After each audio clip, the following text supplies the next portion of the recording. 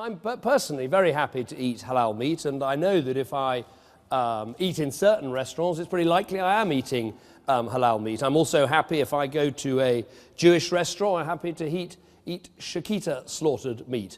And I think it is important as a tolerant, open country that says that we, of course, want people to come and integrate and be part of a united kingdom.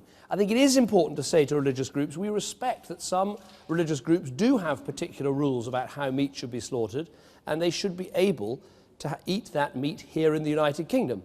And I think this is important. So the Muslims and British Jews should know that it's safe for them to carry out those practices here in the UK.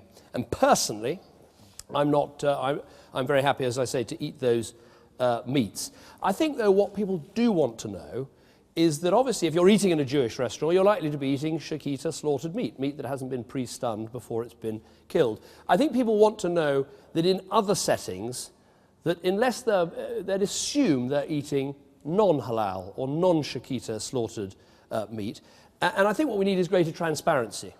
And I said that yesterday, and I think that it's a matter really for restaurants and butchers and businesses to explain what they do. But I would start from the assumption that people will assume they're eating non-halal or non-shakita, i.e. normally slaughtered meat, in those settings. So we need more transparency, but do we need an immediate government licensing and labelling scheme? I'd rather hope not. I hope we can achieve this through a bit of openness, a bit of transparency, rather than having complicated new rules. But this is very much a sort of developing issue. I think we should have this debate and see if we can make some progress.